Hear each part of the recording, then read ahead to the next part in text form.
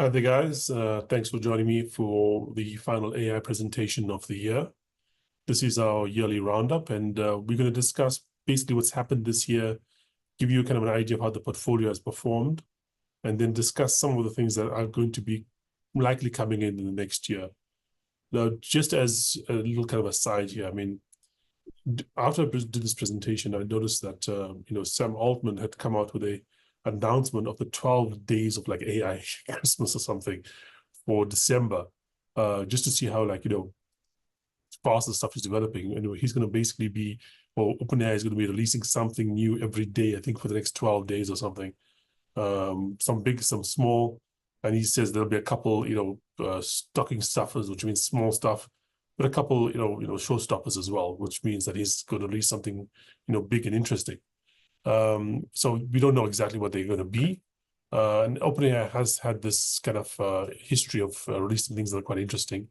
So just to give you an idea that some of the stuff that we are going to be discussing, even right now, is slightly out of date just because of the fact that news is coming out just so quickly. So here, let us start. We know who we are. We are Rand Swiss. We do a variety of different things: online trading, private broking, managed portfolios, structured products, offshore transfers, wealth management, tax-free savings accounts. And you've seen me, likely, and Gary, as well as Kyle on like 702, E! News, Yakur as well, SABC, a number of different like major outlets. And we also have partnerships with various local companies like Sanlam, Momentum, Investec, as well as internationally with companies like Sexo and Swissquote, etc. Now, this is a quote I've used before, but I think it's appropriate to in a year in review to discuss something like this again. Once a new technology rolls over you, you're either part of the steamroller or you're part of the road. And I think that's kind of happening with AI. This was a year of almost building up, to the next models, to the next, developments. We've seen, announcements of infrastructure developments, announcements of, new products coming out, etc. They have not yet fully been implemented. And in fact, some of the stuff is just, we're awaiting them in the next couple of months or so. But the impression that we're getting from the market at the moment is that, the momentum is building up quite strongly. And we need to be seeing, obviously, some kind of real world, developments to support this build up in momentum, build up in expectations. But thus far, 2024 has been more a case of hype build up as opposed to big releases.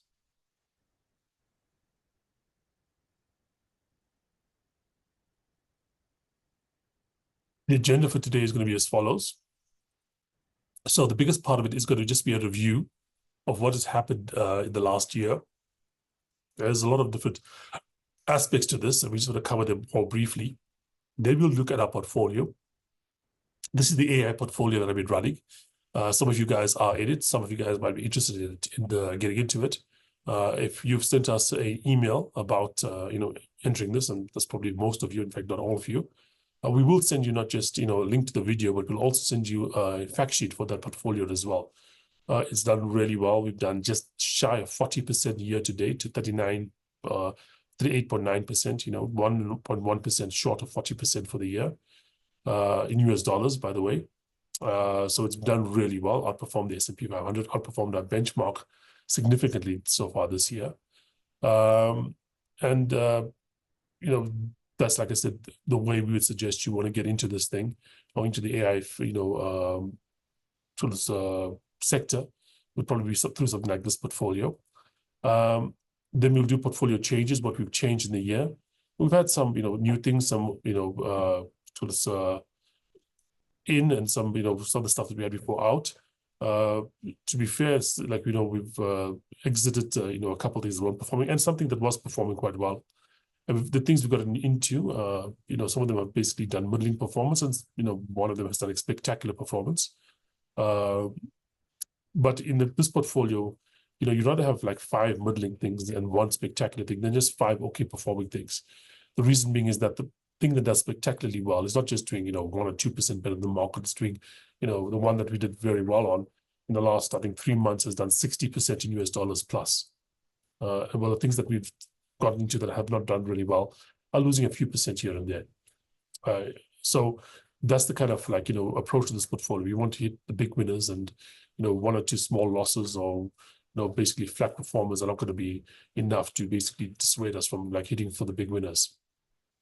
And then we're going to look at what to expect in 2025, and then the stocks to buy. Now, just as a heads up, the stocks to buy is going to be rather weak here.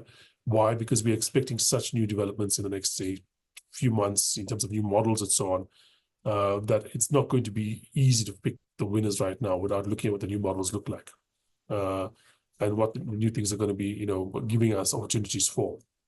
So let's just start off with the year that was. I start off with this picture here because I want you to understand that we've pretty much come to the end of being able to trust photos. Photos are no longer, something that you can say, hey, this is AI and this is not AI. These, by the way, I believe are AI photos. I can't tell the difference myself, but from where I got them, they said these are AI photos, and I'm going to trust them. So yeah, these are AI photos. Can you spot that these are not real photos?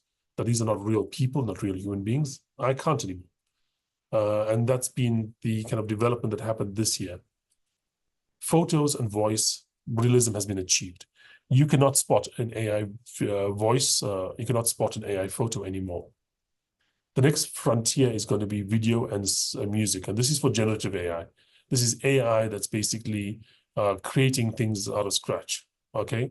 The weird thing about AI is that some of the stuff that people thought was going to be really, really difficult, like music, like video, like photos, and like voice and so on, turns out to be really, really easy for AI.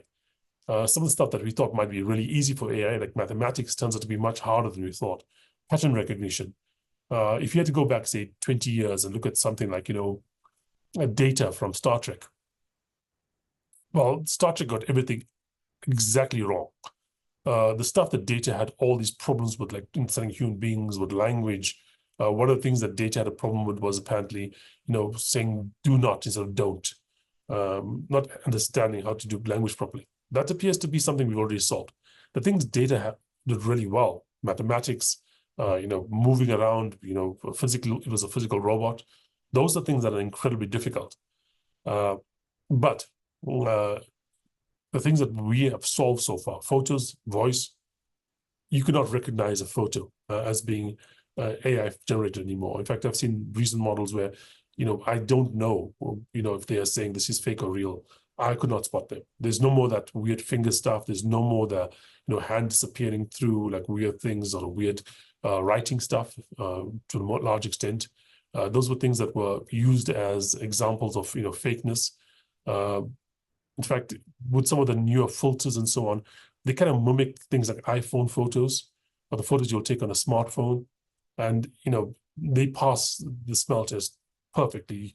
Even if told these are AI photos, you do not believe that they're AI photos, let alone being able to pick them out of a selection of different photos where some are real and some are fake. That's gone. Next, voice realism has kind of gone. I've seen numerous podcasts which are generated using, just topics, like do a podcast on, the Roman, Empire, and they'll give a little voice thing where you have male and female voices, basically talking about the Roman Empire in kind of podcasty format. And if you had to show it to somebody they did not know this was a AI generated thing, you would not know, quite frankly, that this was AI. Video and music are the next frontier, like I said. Video mostly because of the fact that there is still technical issues around video that are, really difficult to get around. Sora from OpenAI was the first, but the Chinese have recently released, some new models that are really spectacular, including one that was released in the last 24 hours. And I've just had to look at. That's open source and looks spectacular. You can still spot, however, with video, when things are AI or not. They are going to be artifacts where, like legs pass through legs, or, there's some kind of change in the way the hairstyle works, the way hair moves, or where fingers move, that is still not real. But if you look at where photos were, say, 2 years ago, I would say video is ahead of that right now. And the fact that right now we have solved photos leads me to believe in the next year or two, we are going to solve video.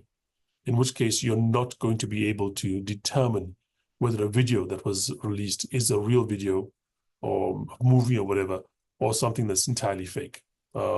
Fake, I mean AI generated. Music, this is a kind of a weird thing because music has actually passed the realism stage.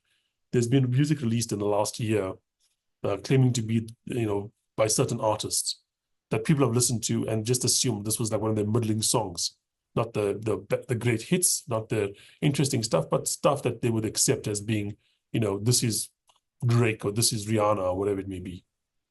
The reason that I would say this is not quite at the level of photos and voice realism is not because the stuff that they produce is not possible. It's because the stuff that they produce is not at a level that you're going to say, oh my God, this is a great new song. It's more like a generic kind of song that is close enough to what a modern musical artist would produce without being, something that's interesting. Music has to be interesting to be like, I would say truly, possible. But the second thing is copyright. Music is far more easily copyrightable than photos and voice, for instance. I mean, there was a case where Scarlett Johansson was complaining with the fact that the voice that was coming out was hers. But, lots of people could sound like Scarlett Johansson. In fact, there's a whole, like, almost, there's a whole, like, art form of impressionism. People go and talk like other people, talk with different accents, talk in different kinds of things, voices. And quite frankly, you can't copyright a voice. You can't copyright someone's intonation. The way, for instance, Marilyn Monroe says "Happy Birthday," you can't copyright that. You can't copyright the way Clint Eastwood says certain words, and so voice realism is there, and it's not copyrightable to a certain extent. Photos also. I mean, yes, if some photos were like basically coming and going with coming without, like, for instance, with different like watermarks in them because they were copying it from certain watermarked databases.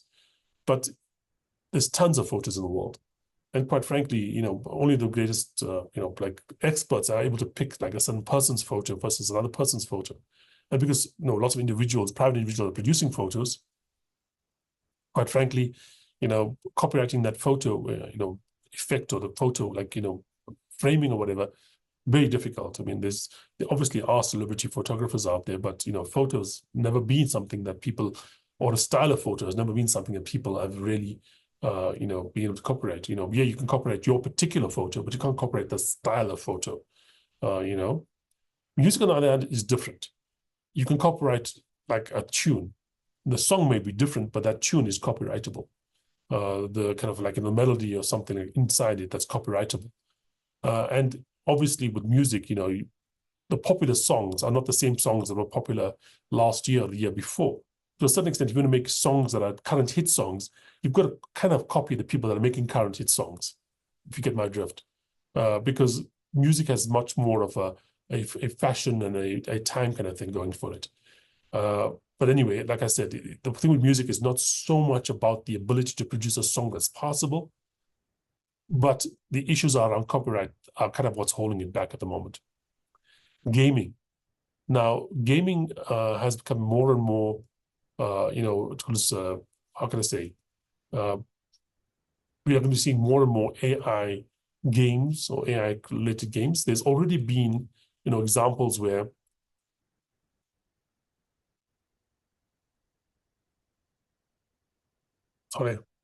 we have seen people kind of use AI programming to recreate games like Flappy Bird and so on.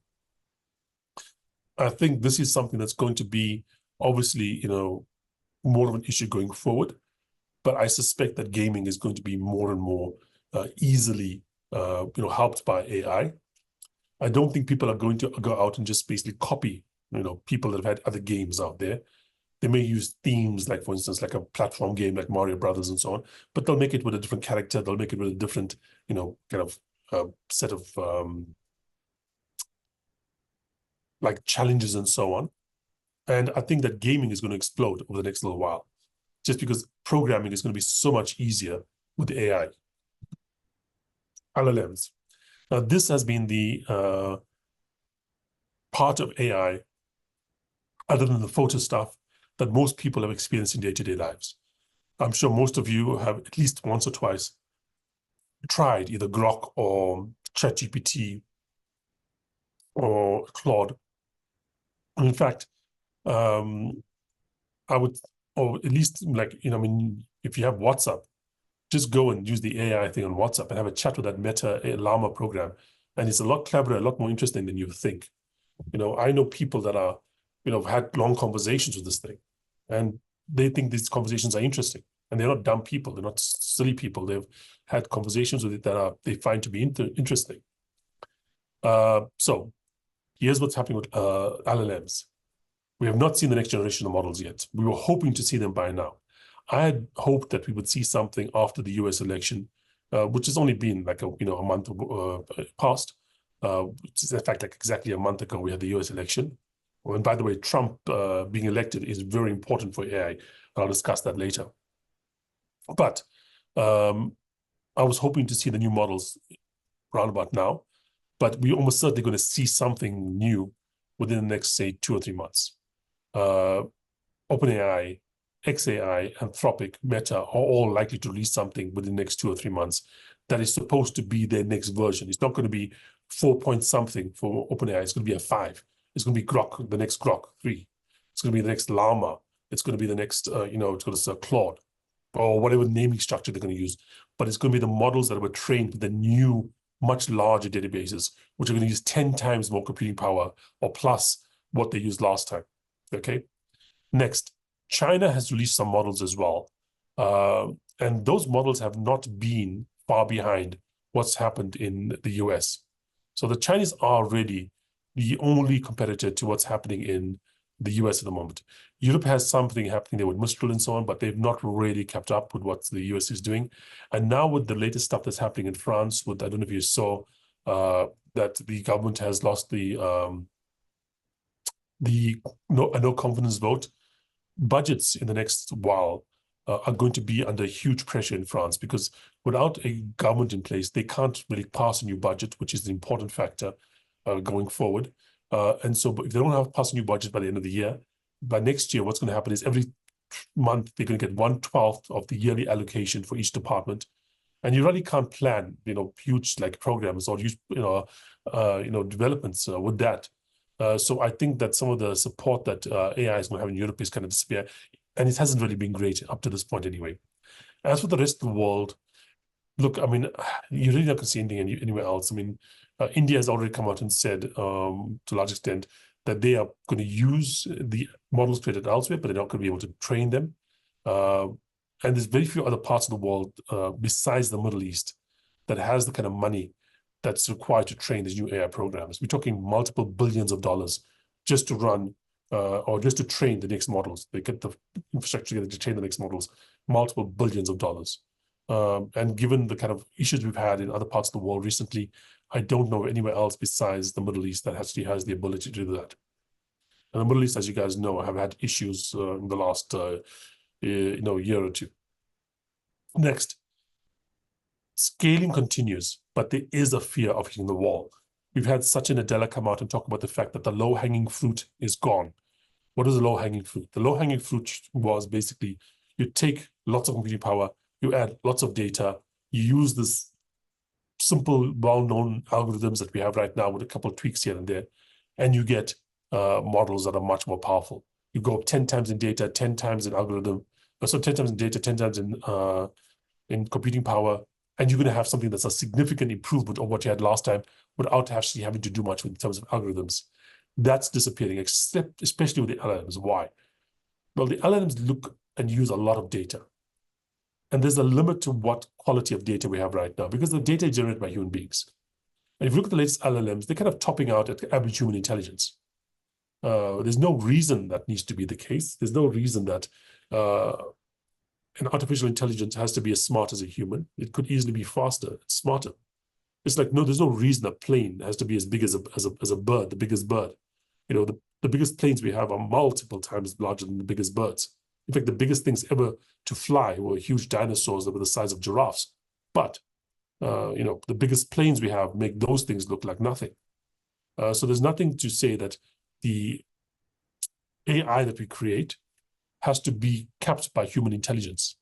But if you're going to create an AI using, the data created by humans, which is what they use right now, well, then to a certain extent, maybe you are going to cap AI at human level intelligence. And right now, if you look at, obviously this doesn't work on a one-to-one kind of basis. Like these AI estimates for the latest, models, they're kind of topping out at average human intelligence around about 100 IQ, which is what the average human intelligence is. And to get to the next level, to get the super intelligent AI, the kind of godlike AI we want, the ASI, as people often talk about it, maybe we need to have new algorithms come into place. I think that's possible. We understand that to a large extent, we're working with like the Wright brothers with planes, the stuff that was done by these innovators like Geoffrey Hinton, who won the Nobel Prize, or, with DeepMind, etc., which also won the Nobel Prize. That kind of stuff was small endeavors, small programs run by very smart people, but I don't think they're the smartest people in the world. Now, with what's happening with AI, with what's happening with the amount of attention being placed into this, the smartest people in the world are going to work on this thing in the next couple of years. We're talking to kids that were going to be the world's best mathematicians, the Terence Taos. We're talking to kids that were going to be the world's new string theorists, the new mathematical, physicists, the Ed Wootens, those kind of people. They were not working on AI. And Geoffrey Hinton's a smart guy. Dennis Hassabis is a smart guy. Brockman, smart guys. Ilya Sitskaya from OpenAI on now left, smart people. But nobody was saying that these guys are the Ed Wootens or the Terence Taos of the world. And these are the true, top level brains. And the new people at that level, the absolute, top pinnacle of human intelligence, are likely to go towards AI research. And we should expect to have new algorithms appearing. And not to put too far upon it, even though the intelligence, the real kind of like brain power hasn't really spectacularly improved, the tweaks that they've put into place has kind of like done some impressive things. For instance, we've had AI models that have gotten second, gold medal, silver medals, not second, but silver medals in the Math Olympiad. The Math Olympiad is like a maths competition run for very, very smart maths, kids. We're not talking like the best in school, we're talking best in the country. And even the best in the country won't, always be guaranteed to get a silver medal at this Olympiad. In fact, very few countries are able to get people up to the silver and gold medal level. And now we have a program that can get a silver medal in the Olympiad. And the only reason it probably couldn't get a gold medal is because you get partial points for answering things. And this thing only gave the right answer. So it basically had enough right answers to get to silver medal. And was like 1 point short of getting to gold, which it could not get unless it had another correct answer. But a human being would have a partial answer for these things and would have gotten, a gold medal based on this. Also, there is a famous, method of testing AIs called this ARC test. And most of these AIs have been significantly below human performance. To give an idea, most of them are doing like 30, around about there. The average human does in the mid-60s, an expert human does in the 90s. We've just had new models to get into the 60s, this ARC test. So we are seeing improvements come through, but we aren't seeing like the spectacular genius level AIs that we were hoping for, okay? Which we might see maybe with the next models. Now, the next thing to look at is self-driving. Self-driving is the next big thing. I think this is going to be as impactful with robotics as anything that's ever been developed by human beings. So I'll talk about like LLMs or internet. I'm talking like electricity. I'm talking about electrical power, or maybe even like mechanized power, like the Industrial Revolution.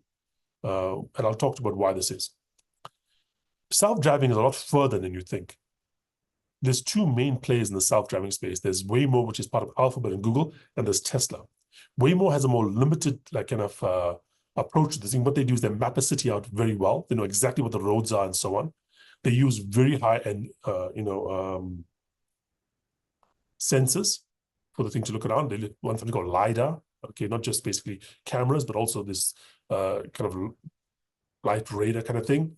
And this allows them to basically operate with a little bit more safety than Tesla does. And Waymo is at a point right now where I think they're operating in multiple cities in the US. Because there's multiple, you can actually go to certain US cities right now, order a Waymo taxi, a driverless taxi will come to you, you can get into it, and it'll drive you to your destination without anybody in there, okay? That already exists. So this technology is at a point where it functions in a city. The only thing holding it back is that you need to have, this mapping out done, and you need to have, these expensive sensors in there. Tesla has unveiled a robotaxi as well. It has not yet made it available to public, so Waymo is ahead on the public availability. But Tesla is much more ambitious. Tesla's vehicle is supposed to go anywhere. Doesn't need you to map the streets. It can read the streets itself. It doesn't need you to basically have these expensive sensors. It can use just normal, cameras. This is a very, very ambitious, target for Tesla. But it does seem that they are making very rapid progress in this. Don't count Tesla's, I know Elon Musk has been saying this for the last 10 years. Next year, we're going to have self-driving. Next year, we're going to have self-driving. Understand that Tesla, when the new models, or when the new, AI kind of revolution occurred, went in and basically totally from start redid that whole self-driving, approach. They were doing a different approach in the beginning. Now they're doing this machine learning approach. So it's a very different approach. So in a way, the self-driving, endeavor by Tesla is not this long multi-year thing. It's a few years long only. And if you were to look at where they are right now compared to when they started, the progress has been spectacular. Okay, it's only when people say, "Oh, Elon Musk has been promising, self-driving for the last, 10 years, and it's always been like, a couple of years in the future." That is true, but understand for the majority of that time, they have not been using this approach. And if you look at when they started using this approach and the competence of the model right now, it's not going to be very much longer before we are actually able to have self-driving, available on a more wide basis, especially in the US. And that's why it's the first time I'm talking about Trump here. And Trump is important. Why? Well, Elon Musk, for those that don't know, was a huge supporter of Donald Trump. And by most estimates, he's probably the second most important person in the Trump administration after Donald Trump himself. Now, he's gotten access to a thing called Doge. By the way, before I continue, let me just tell you, if you have any questions, if I'm going too fast, if you want to talk about anything in particular, type it in the chat, type in the Q&A, and if it's appropriate for that point, I'll answer it then. If not, I'll wait till the end and answer it then, okay? So if you have any questions on what I've said so far, ask. So, Trump is going to be president in basically a month's time, okay? January, president of the United States. He's put Elon Musk and a guy called Vivek Ramaswamy in charge of something called Doge, which is the Department of Government Efficiency. And many people talk about the fact that Doge is going to go in there, cut spending for the US government. That's very unlikely to be significant. If you take all the money the US government spends on everything it can't cut, or can cut easily, all the kind of weird kind of things like, studies and, fundings, different like things and so on. Leave out the military and leave out things like, Medicare, Medicaid, Social Security, things that are guaranteed and are part of the expectations of the welfare state in the US. There's not much you can cut out, all of that, if you cut that out, will not be enough to basically cut much of the federal budget. To give you an idea, Elon Musk talked about cutting like $2 trillion from the US federal budget. That's about a 30% cut from the federal budget. If you were to go out and fire every single federal employee in the US, cut all their salaries to zero, that would be about half of 30. That's about 15% of the US federal budget you'd save, just because so much money goes to other things. So you're not going to get Elon Musk going in there and changing it because changing the way the government spends money significantly. But it has two aspects to Doge. One is to cut government spending, and the other one is to cut government regulation. And people often talk about the spending part and kind of talk about the regulation thereafter. The regulation part is going to be very important, because one of the things Trump is proposing is basically a countrywide license to do a driverless vehicle. The argument is quite simple. If you need one license to drive in California, and you can use the same license to drive in New York or Texas, there's no reason that a vehicle that's passed to drive in California can't be allowed to drive in New York or Texas. You see what I mean? So that makes the whole thing for Musk with his driverless vehicles significantly easier to do, because all he has to do is get one jurisdiction to get him to say, yes, you can drive your vehicles here, and he will have the whole place, the whole country. The next thing is that with his control over the presidency, Trump, and the Republicans' control over the Senate and the House, or that's the Congress, they can push through a lot of stuff. What's the implications of the use of LLMs in investment analysis? I would say limited at the moment. I would say the reason being is that these things still make some really, really glaring choices. These things that people don't talk about, hallucinations, where they make things up or they make some easily falsifiable, thing.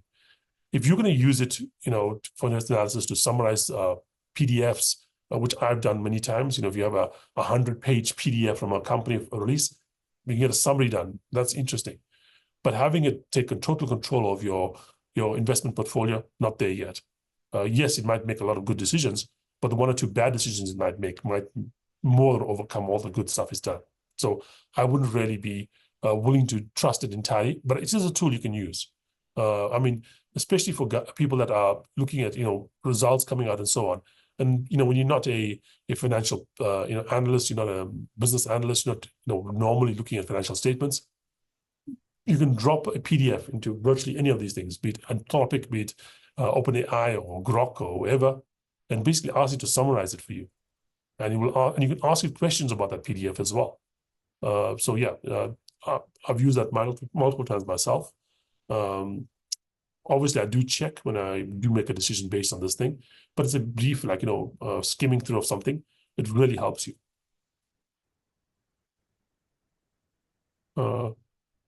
Thanks, Kisa. So now moving on to, like I said, with Trump, you're going to be seeing a lot more, moves by Musk to ensure that what's happening with regards to,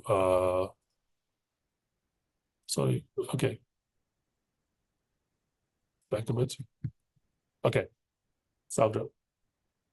So you're going to see a lot of moves with Musk, with the position he holds, to try and push things that are going to be really helpful for Tesla. I do think that as soon as they have a model, which they're not that far away from, that's going to be reasonably safer than a human being, they're going to get some jurisdiction in the US to say, yes, you are safer, possibly Texas, because Musk has a real big following in Texas. In fact, for those of you that are following the Tesla Musk Pay thing, and I say, oh my God, Musk is going to lose $100 billion because this judge has basically reversed his pay decision. That's not going to happen. Even if Delaware, where the stuff is happening, basically decides that Musk is not going to get this $100 billion pay, which basically was only $2 billion when he basically signed up for this thing, this option plan. Guess what? He's already moved the company out of Delaware and is now in Texas. And he's going to make just a new vote by the people, the shareholders. And that vote will pass because the last two votes have passed with 70+% in favor of the pay package. And he'll get his exact amount of money from it. Why? Because Texas is a stronghold. But if he's got this power in Texas, and by the way, he's got such strong power in Texas that virtually every Musk company like SpaceX, like Tesla and so on, has in the thing where they determine where they have jurisdiction that people can sue them. It's all happening in Texas because he thinks he has that power there. I can see a case where he gets Texas to approve self-driving vehicles once they are a bit better than they are right now. And once Texas approves it, he uses the federal government control he has via DOGE to make that effective across the entire United States. If you have a vehicle that's, say, twice as safe as a human being, or 3 times as safe as a human being, without this kind of government control, that won't be enough. You'd have to see something much better than, say, twice as safe as a human being before you start seeing governments universally allowing self-driving vehicles. But you have like mass control over Texas, you have mass control over basically Doge. You could easily see at a far lower threshold where self-driving is better than human, self-driving is suddenly becoming vastly more available across the US. And once the US has it, trust me, you're not going to see Europe far behind, you're not going to see Asia, you're not going to be other parts of the world far behind. Maybe South Africa might be. I don't know if any people see a Tesla on the road in South Africa, but you don't see very many. And so we might be, but behind. But I think that once this thing becomes, slightly, or like at least reasonably better than a human being, with what Musk has kind of done right now politically, it's going to be a very fast rollout, faster than I would have thought, a couple of years ago. Other AI is happening right now. Google Alphabet, by the way, this is the one I've always said to you guys that you have to have. You have an AI portfolio, a couple of companies you have to have. One was Microsoft, NVIDIA, Tesla, Meta, those kind of companies. But a company that if you had to say to me, one company you had to choose, it would be between probably Tesla and Google Alphabet. And probably I'd go for Google Alphabet because they have just so many AI kind of pokers in the fire. And just a couple of things to mention here. AlphaFold, which is basically a way to look at how proteins fold, which they're going to link up. And one of the reasons we bought into Eli Lilly and actually Novartis, I'll show you the portfolio changes later, was because of a partnership they had done with AlphaFold. AlphaFold with DeepMind by a company called, by an operation they called Isomorphic Labs. And they basically have a deal with them about developing drugs using AlphaFold and some of their other technologies. The other one was Gnome, which is a materials thing, and it's a vastly powerful thing potentially, but it hasn't really been fully implemented out there. But what it does is effectively it increases the amount of materials that human beings know about that are stable by a factor of 10. So if you looked at basically for all of human history until this thing was invented, maybe we had like 1 million materials. Now with this thing you have 10 million. And this is the thing that made us go from a million to 10 million different, knowable materials. And if you think, oh, materials are not that important, understand this is how important materials are. We name entire epochs of human history according to materials that were used. If it's mostly stone, it's the Stone Age. If it's mostly bronze, it's the Bronze Age. If it's mostly iron, it's the Iron Age. If it's mostly steel, it's the Steel Age. This is how important materials are. You bring in a material that has a different property than steel, stronger, lighter, whatever. The impact it would have on the global economy would be vaster than almost anything you can imagine. Why? Because it would be used everywhere. Steel may have been invented for instance, swords or whatever it may have been, or armor, but steel is so useful. You make it used to make buildings, to make cars. Cars are not possible without steel. The big highways we have is not possible without steel. And until we had steel, we couldn't develop these things, though they did not exist when steel was created. When we have new materials coming about, it's going to open up a whole new range of potential things out there. But other companies are also using AI in different ways. Amazon is saving billions of dollars on route planning using AI. Meta is doing user profiling using AI. That's basically allowing them to bypass some of the restrictions put in there by Apple in terms of user data. Programming, this is part of the LLM thing, of course, but programming is becoming really, really important with AI. And I'll show you a thing later where you can see the number of people that are basically being employed as programmers has kind of fallen, except in a couple areas, which is most related to AI. And then the final thing is agents. And agents are actually one of the big things in AI. I would say there's a couple of really big, ideas in AI. One is self-driving. The other one is agents. Then there's scientific innovation, actual true scientific innovation, where this can go out and find new science. And then finally, robotics, which we'll talk about in a bit. And agents are up there as one of these 4 things that can really change the world. Because what can an agent do if it really could function properly? An agent could do the following. You could go to the agent that you have there and say, make me money. And give it a certain seed amount, maybe a couple thousand rounds. And the agent would do everything else for you. It would start a business, it would register the business, if you had to hire people, it would run the business on a day-to-day basis. It would transfer the money to your bank account, the business made money. It would keep the business legal, et cetera, et cetera. That's the power of an agent, if it worked as it potentially could work. And agents are becoming more and more popular. And it not just not maybe a business. You could be, for instance, saying, get my clothes cleaned. The agent would basically contact the laundry service, have arrange for pickup, have the clothes sent there, brought back, that kind of stuff. That's what an agent can do. And that I think is, something that's also developing, though it must be said, a bit slower than some of the other sectors. Robots. The idea is if you're going to achieve self-driving, if you have a machine like a car,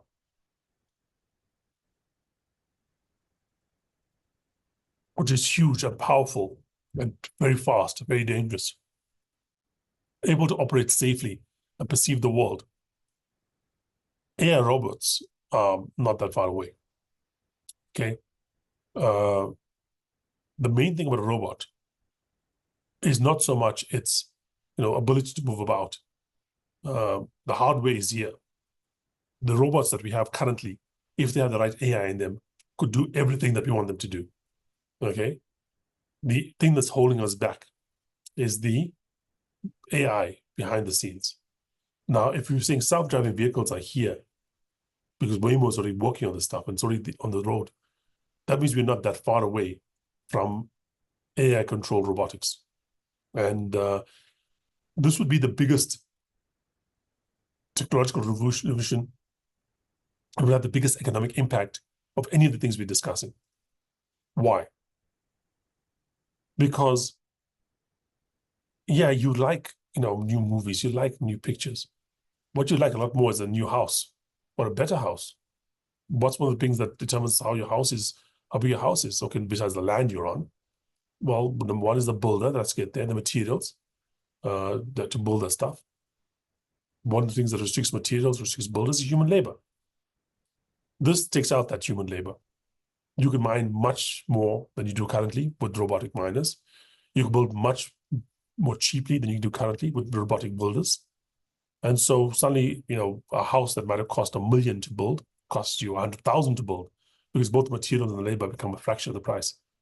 Everything, every single thing physical that you deal with in the world becomes cheaper if a robot can do it instead of a human being at the current cost kind of forecast we're talking about.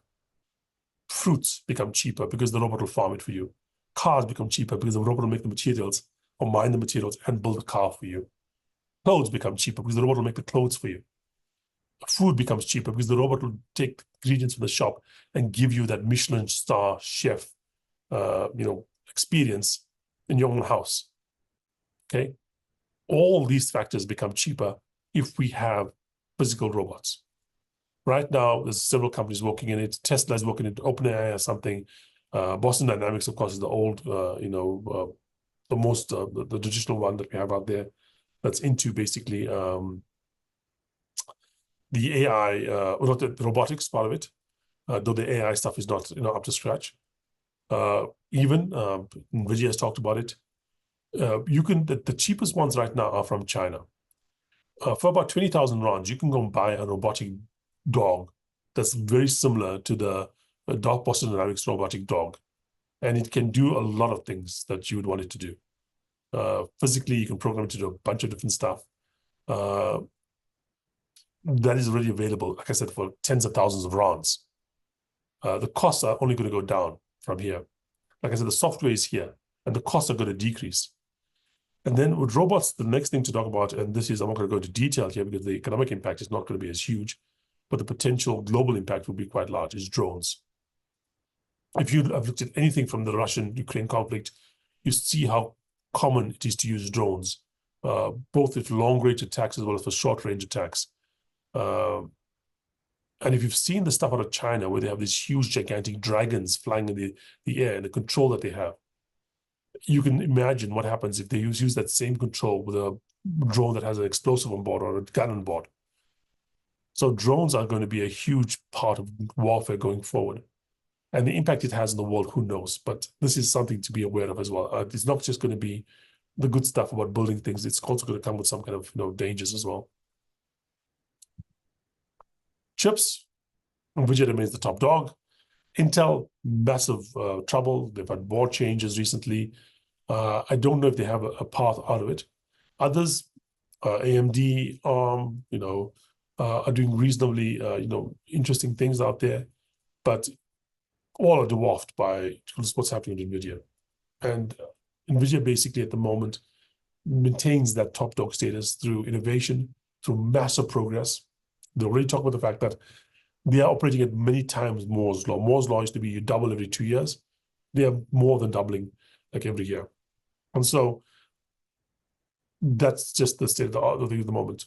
China is catching up. They have been banned from importing the machines and the new chips. They are a huge country. It's about half the world's manufacturing. Chinese are very well educated. They're very hardworking. This does not seem to me to be something that they will not be able to achieve. They are behind, so it'll take them a bit of time to catch up. But they're not going to catch up in like 50 years' time. This is a matter of years, not 50 years, not decades. And so China is catching up. And while they are catching up, by the way, the interesting thing is that we talked about the models that they are releasing. They seem to be able to get performance out of lower quality chips at a far better rate than the West is, because they are being restricted in the chips. They focus more on some of the algorithms and some of the other things they have out there. And that means that their models right now are better in terms of how much chip power they use or how advanced the chips they use than what we'd find in the West. And if they do catch up, you can imagine, you've got this extra training or extra ability with models, and now you have the chips as well to go with it. That's going to be very impressive. Then the big two things, TSMC and ASML. This is one thing I do regret. I got into ASML, I'm not into TSMC. ASML is one of my losers, one of my very few losers in my portfolio. TSMC has done very well. The reason ASML is under pressure is because they're not just an AI company, they're a total chip company that basically is affected by things like computer chips and so on, or smartphone chips. And there's been a bit of a setback in some companies out there in the smartphone sector, and that's kind of hurt them. TSMC, on the other hand, has done really well. The only reason I'd be nervous about it is because it's in Taiwan. It's a Taiwan semiconductor manufacturing company. And there is a fear in the next couple of years that Beijing, which is mainland China, will invade, Taiwan. And who knows what into TSMC in that time. But already they are trying to move, operations to other parts of the world as well. So they have operations in the US, etc. And I do think that, if China knows that if it does try to invade right now, before TSMC has enough, outside production, or at least there's enough production that can match TSMC stuff elsewhere in the world, it's pretty much going to invite a strong response from the West because it'll be an existential threat to them. They have to respond to it. If however TSMC was not important or the Taiwan operation was not important, there might be some hesitation to get into a war with China, especially because of the fact China is a nuclear power. It's not something you want to be doing. Finally, materials. China is not standing back and letting the US just do what it wants to. It's also gone out and basically banned the export of its materials internationally. Now, this is not a case where China has the only supply of the material, but China has is one of the few places in the world where materials are available and they're willing to exploit it. What do I mean by that? The US has access to these materials as well, these commodities. It doesn't use that capacity to a large extent because it's really, really environmentally dangerous to exploit this stuff. And China, with kind of the restrictions they have in terms of free speech and protest, they are willing to go out and have people get sick, people do, problems happen, destroy the environment in order to get the materials out of the ground. In the US, other parts of the world, not as easy. But I do think that materials and the China's material like war they're doing right now is something that might backfire in the thing. Just like the US in terms of basically boycotting or basically embargoing chips to China is going to make China a much, much stronger chip producer. By preventing the export of materials to the US and other parts of the world, it's going to make those parts a much, much stronger producer of those materials. Now, here comes the interesting part of the portfolio. So, have a look at our performance for the year. Except for a brief patch at the start of the year, we've been positive the entire year. We've had pullbacks, and you can see that happened, in April to May, and we had one in, July to August. But we've ended, or as of like today, we are up 38.9% in US dollars. Okay, significantly better than our benchmark, significantly better than the S&P 500. And as you can see, we're near the high of the year, or if not at the high of the year.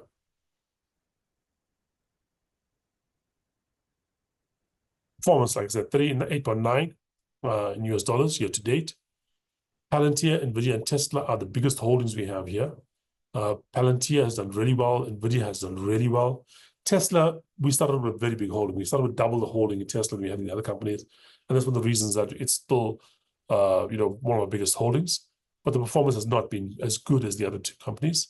In fact, it's one of the laggards in our portfolio, despite the fact, like I said, that we are seeing the Trump effect come into play. After the election, Tesla has gone up quite strongly. Next, we do have a couple Chinese stocks here, and we have to keep them. Why? Because we have to kind of have some exposure to China. Because like I said, China has a lot of brain power, a lot of opportunity to really play very well in this AI space. Right now, they're starting from the back foot, but you want to have some exposure to them in case they do turn out to be the guys that win the AI race. Another thing that's basically done as well for us is ASML and Intel. Again, two chip companies or chip machine companies and one chip company. Just because NVIDIA is doing well doesn't mean everything involved in the space is doing great. And then the Trump effect. So you can see quite clearly, if you went back, that if you looked at the performance of this particular portfolio, you would see that come towards just based the start of November, it's up quite significantly. And that is basically the US election, because the market understands that Trump is far more positive for AI than Biden or Kamala Harris was. He's going to reduce regulation. He's going to reduce restrictions on these companies. And whether or not it's a wise idea in the long term, who knows? But in the short term, that's going to be very good for stock prices.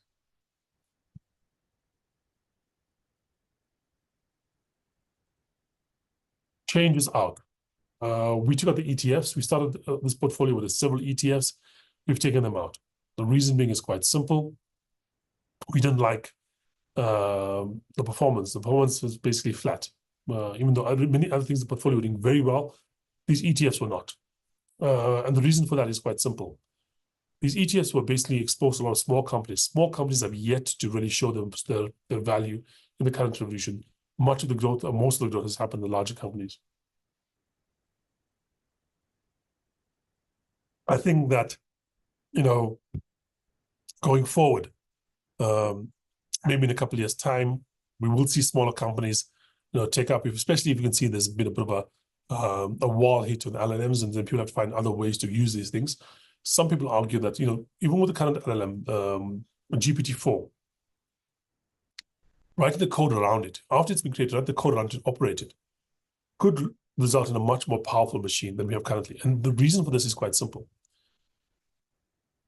When you put a prompt into GPT-4, it's almost never as good as it could be. There's a lot more capacity inside that program that most people don't access. Why? Because the prompting is not good enough. But if you use really great prompting on GPT-4, it can do things that you never thought it could do. Okay, showing that the innate intelligence is in that program. We just haven't been able to access it properly. And so, if we do see a bit of a topping out of LLM power, AI power in that scale,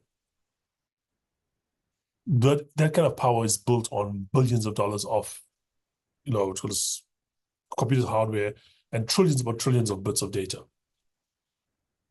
However, if we have topping out and we have these models out there, then the guy that goes out and basically creates the thing to basically run it, they don't have to be using billions and billions of dollars. They can be a couple small individuals that are just basically working alone, or small teams working alone. And they could still have an impact that's quite significant. So yeah, I do think that we might still see the return of the smaller AI companies, but right now, no. NICE, we've also exited NICE. I think the stuff in Israel is not helping the company. It's was basically flattish for the most time we had it, if not slightly negative. So we exited it because it really wasn't performing up to the scale we thought. Then eBay. Now people ask, why did I exit eBay? Because it's up 42%, 42.5% from the time I bought it. Excellent results, returns, from buying eBay. However, this is an AI portfolio. This is not just a companies I like portfolio. I'm following a methodology. The methodology says it has to be AI linked for us to get into it. And I'm starting to doubt NVIDIA's, eBay's AI roadmap. I think they are not showing the advantage I thought they would show. And so we have exited it. But like I said, we made 42.5% on it, which is not a bad result. And I think that's, an excellent return for a company like, in the period that we had it for.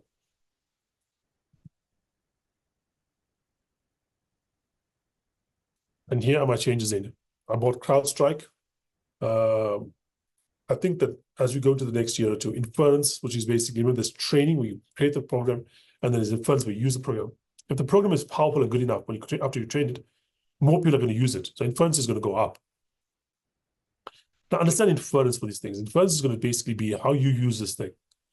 So you're going to talk to Claude and tell them all your secret details about your marriage and your health and what your business or whatever. Well, if somebody's able to hack Claude, they have all your secrets. If you want to fully utilize an AI, basically, you want it to know as much as possible about yourself. But that also means that somebody hacks that AI, they have all the information about you. Okay. And so I think security is really going to go up when inference becomes a bigger thing, because the more people are going to be using these AIs to run their lives, the more secrets they're going to give to the AI, the more you want that AI to be protected and the inference to be protected. And so CrowdStrike is our option there. One of the reasons we got into it was there's a massive overreaction to a bug that the company had that caused the share price to fall significantly. But we bought it pretty much at the low. We had an excellent execution on this thing. I've got to say to Christo, who's did this, brilliant execution. We were like maybe $1 or something away from the low, and it's moved up more than $100 since then. Massive return on the company if you look at it from the point of view of how much return it's had and how short the period of time has been. The other things we got into were Eli Lilly and Novartis. These are pharmaceutical companies. They've partnered with Isomorphic Labs from Google. This is a very new kind of development. Now, again, it comes back to Trump, and I'm not like harping on Trump for just I like Trump and blah, blah, blah. I'm harping on this because the US is the main source of drug development. And I'm going to talk about something in a second that's going to show you why I think that's going to be very important for these pharmaceuticals. The partnership with Isomorphic Lab is going to allow them to develop new drugs. But in the US, drugs have to go through the FDA, be approved before they can be used by people. And I think what Trump is about to do might make that process a lot easier. 2025, what to expect going forward. Here you can see, this is from Bloomberg, job openings in the past 4 months compared to the same period of the previous year. The only ones that are up are applied research, AI research, and machine learning engineer, which is also AI. Every other sector is down in terms of hiring, people for these technical kind of jobs. Programmers, I follow programming YouTube. There's lots of it out there, and it's been a bit of a bloodbath. And you can go on YouTube today and just look at people in the tech sector that lost their jobs. Google it, and you'll find there's so many videos of these things happening. Why? Because basically, programming is easier when you have access to these models. If you don't need 3 programs, like needs one, if that one program that works these models are not up to the point where they can work alone. But in the hands of a skilled programmer, it can take a lot of the grunt work out and make them a lot more efficient. More efficient means you need less of them to do the same job. Therefore, you have more unemployment. So what to expect in the next year? I expect to see job losses increase. I think we're already seeing programming. We started to see call centers as well. I know for a fact that there's multiple call centers that are facing the threat of AI replacement. Look, some people jump the gun, like McDonald's, with regards to its call centers and ordering, and let's go back to human beings. But that's a temporary thing. Human beings have an advantage in some theaters right now. It will not be permanent. Next, the new models, like I said, should be released in the next few months, definitely before the middle of 2025. And I think that is going to be a huge, measurement as to how well this technology is at the moment. Next, glasses. One of the things that was really impressive this year was Meta's glasses that they released, the Ray-Ban glasses. Now, they're talking about another level of glasses rather, that they're going to release probably in the future, but they're working on the prototypes right now. Meta has gotten really innovative when it comes to this kind of stuff. I mean, for instance, one of the things that they had was a wristband that around your wrist that measured the movement of your hand. And it was one way, instead of using your fingers directly to control something, the band kind of basically listened to when your fingers moved and kind of did the exact effect that you wanted. This kind of stuff, I think, is very interesting because the potential for glasses to replace, for instance, the smartphone is probably larger than you think. And so, yeah, I think this is, we're going to see how glasses come about in this next year. We'll probably, hopefully see, a closer date for the actual release of those Meta glasses, not the Ray-Ban ones, but the more advanced ones. So, yeah, I think that's interesting. Next, regulations. But with an unexpected instability in the Middle East on oil markets in the coming year, that might affect what's happening with some of the stuff with regards to, for instance, developing AI in the Middle East. But in terms of the overall market, I don't think it's a major issue. I think that nobody wants to see basically a flare up between like Israel and Iran, except perhaps Israel. The Saudis don't want to do it. The UAE doesn't want to do it. And these are the guys with the money that's probably going to go towards AI. So I do think that we are going to be seeing, the effect it has, obviously on people is going to be quite bad. But in terms of AI, I mean, like I said, it's even though the Saudis, remember, this is one area in which we are seeing, AI development outside of the US and outside of China. It's not a big player. But I don't think the world is going to be held back too significantly if they were not able to contribute to the stuff. I said regulations. We are going to see regulations come about that are going to be relaxed, not just things like, for instance, like we said, talked about, robots and whatnot, even things like energy, which is going to be important because some of the biggest demand of energy are these data centers out there. Companies like Microsoft have to basically maintain like a zero carbon emission things to fulfill some of the regulations that they have out there and some of the promises they made to the public. That's restricted the amount of energy they have to actually run these data centers. I do think that relaxing some of these energy restrictions, some of the government exposed ones at least, things like nuclear power being more widely available, I think that's going to be very helpful for AI. I think all the regulatory moves we've seen so far under Trump are probably going to be more positive for AI than they were under the Democratic administration. China-US trade war, that's a bigger thing than you think. There's a paper by called Leopold Aschenberger called Situational Awareness. If you have a bit of time, it's worth reading to that, in which he discusses what's going to happen if AI turns out to be really, really powerful. If we do have the next AI models coming out with 150 IQ, we do have self-driving cars, we do have drones, like we're talking about, any country that does not have access to these things is going to be left behind. And China, like I said, doesn't have access to them because of the fact that they have, the sanctions by the US. So we have a very significant chance if AI really starts to ramp up of much, much greater global tensions than we have right now. And then I put in Trump, Elon, and Vivek Ramaswamy. People always talk about Trump and Elon, but they don't forget a guy called Vivek Ramaswamy. He's another guy in charge of Doge along with Elon. And then why I want to put Vivek there, looking back at the pharmaceutical stuff, Vivek Ramaswamy runs a company, or started a company called Roivant. Their entire business model is as follows. They find drugs that were created by other people, and they take them through the FDA testing process. And if it comes out that the drug works, as the FDA is happy with it, they basically license the drug out and they make a ton of money. The company's worth, last time I checked, just under $10 billion. Vivek Ramaswamy is going to make it easier to license drugs. That's just a fact. Why? Well, he's talked about it, but also his business really would benefit from it. So nothing is going to be more of a certainty that the person is going to do, where it both corresponds to their professed ideals as well as their pocketbook. You know what I mean? If you make money off it, and it's what you said is you're going to do because you think this is the most thing to do, you're almost certainly going to do it. And so I would think that what's going to happen to the FDA and some of the drug testing stuff is going to be significantly impactful on the pharmaceutical companies out there. And finally, materials. If we do see self-driving takeoff, if we do see robotics takeoff, if we do see the next models be as powerful as they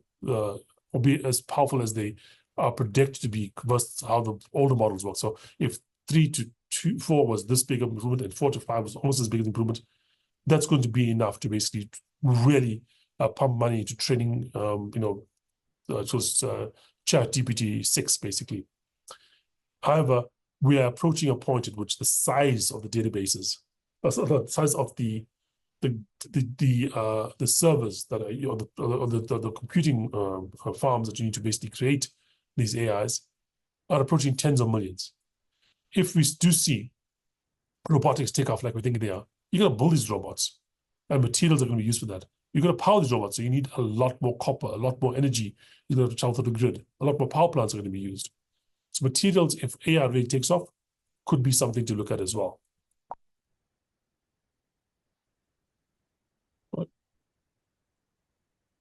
Now, what to buy? Now, I haven't put down specific stocks here because I don't have a specific stock pick at the moment, unfortunately. We've gotten out of eBay recently. We got into the pharmaceutical companies. We got into CrowdStrike. And I'm not going to just put a buy here based on nothing. I do think that certain companies do offer value at the moment, but I do think that in the next year, we're going to see how powerful these models are. If we do see vastly more powerful models, energy, inference are going to be huge things, and security as well are going to be big investment themes to look forward to. If I were to hit the wall, maybe energy materials are not there. What you might want to look at, inference and security, because even at the current level, these models are more than good enough that they are useful to people, and very few people have fully explored the possibility of or what these models can do for their lives. So even if we had to stop AI, progress right now, inference and security would still be things that you'd look into investing going forward. And then finally, robotics, self-driving vehicles. Should those things come into play, well, all the stuff becomes even more important, because if you think security is important for your secrets, what about security being for someone that might control the robot that is in your house and has the ability to hold a knife, or your car that can go, a couple 100 miles per hour when you are inside it? Then security becomes even more powerful. Inference becomes even more necessary because, of course, you want to have, more of these machines out there because they're so economically powerful. And finally, of course, energy materials, because you're going to build them, you're going to run them. Again, are going to benefit from this, but we have to see that progress come about first before we can really dive into these things in more detail. That's it for the presentation. I hope you guys enjoyed it. We're pretty much exactly on time, just past 7 o'clock. So I'll be open to any questions you have. Just put them into the chat or into the Q&A, and I'll be happy to answer it. Oh, sorry. I saw one come through here. Q&A. Second.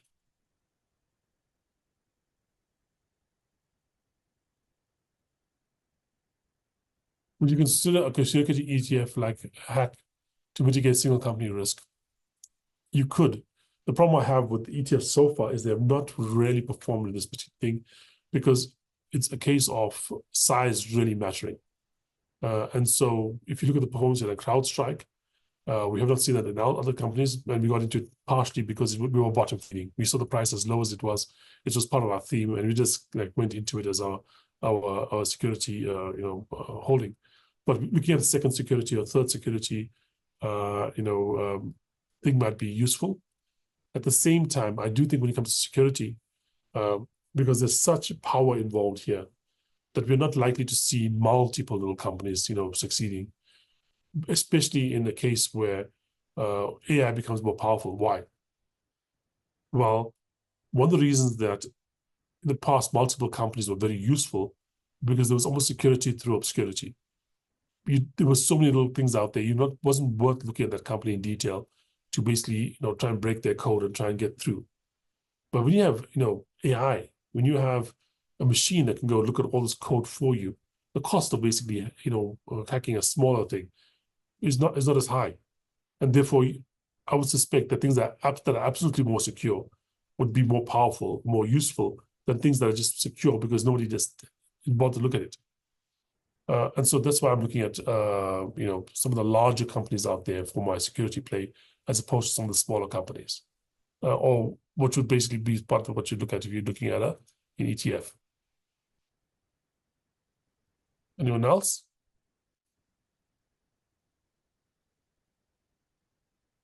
A question about the, okay. What's the minimum in the portfolio? We launched this portfolio. The minimum was $20,000. Okay. It's now gone up more than 40% from where we started off. So to maintain that level, you probably have to be looking at in excess of $25,000 as a minimum, close to $28,000 as a thing to get into these things, just because the share prices have gone up as much as they have. We're still maintaining the $20,000 limit right now, but honestly, it's going to be difficult for us to implement exactly the ratios we need at 20,000. So I'd say $25,000 to $28,000 would probably be where we'd be looking at as a minimum, at least in the next few months. And if it goes up again next year even more, we'd have to increase that minimum again. So it started up at 20. Now it's probably close to $25,000 to $28,000 as a minimum to get into these portfolios. I'll be sending you guys, by the way, or at least Pascal will, the fund fact sheet, which will show you basically the performance of this thing, how well it's done versus the S&P, versus our benchmark, which is the equal weighted tech index, and also show you some of the stats around it. And there's a philosophy as well.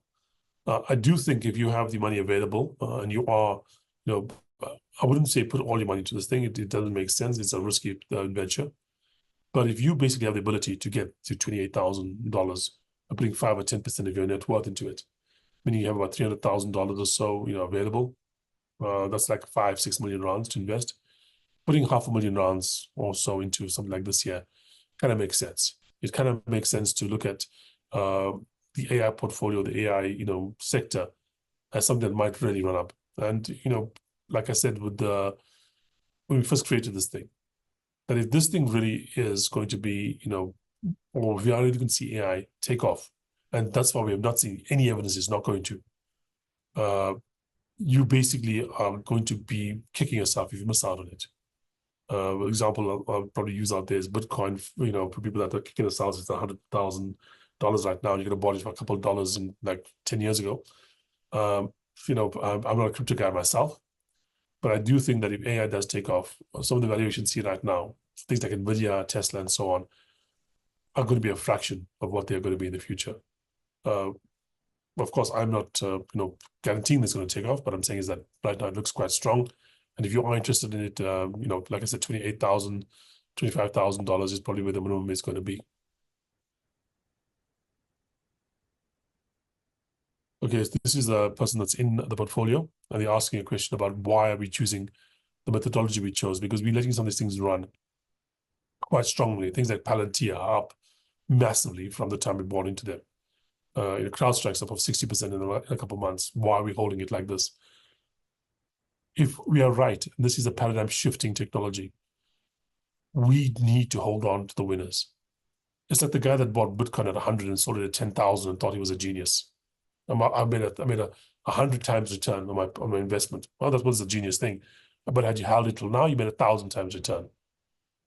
Google, Facebook, Meta, tools, Amazon, tools, look at all these companies. You got the full benefit if you held it for the full term. You're not going to get a benefit from these companies by trading them because they were involved in a sector that was going up. If you're in something that's going up, a sector that's booming, you don't want to be selling, even if something goes up, in terms of the amount it's basically a part of your portfolio. And that is why we are doing the things we are doing. If you had used normal portfolio management and bought Google, Amazon, and a couple other companies, almost 20 years ago, and you had basically rebalanced and sold these companies and they became too expensive and so on, well, quite frankly, you would have missed the majority, 90+% of the gain in all these companies because you did that. But the methodology we are using, had you used that methodology, we would have captured almost 100% of the gains of these companies. And that is, I think, the smarter thing to do. If we do think it's a technology that's going to change the world, we have to invest in this particular method. Okay. I think that's the last one. If anyone else has any questions, you can email me at viv@transformative.com. And like I said, we will send you not just the presentation, a video of the presentation, but also a fun fact sheet for the AI portfolio. Thanks, guys. And have a good Christmas. Cheers.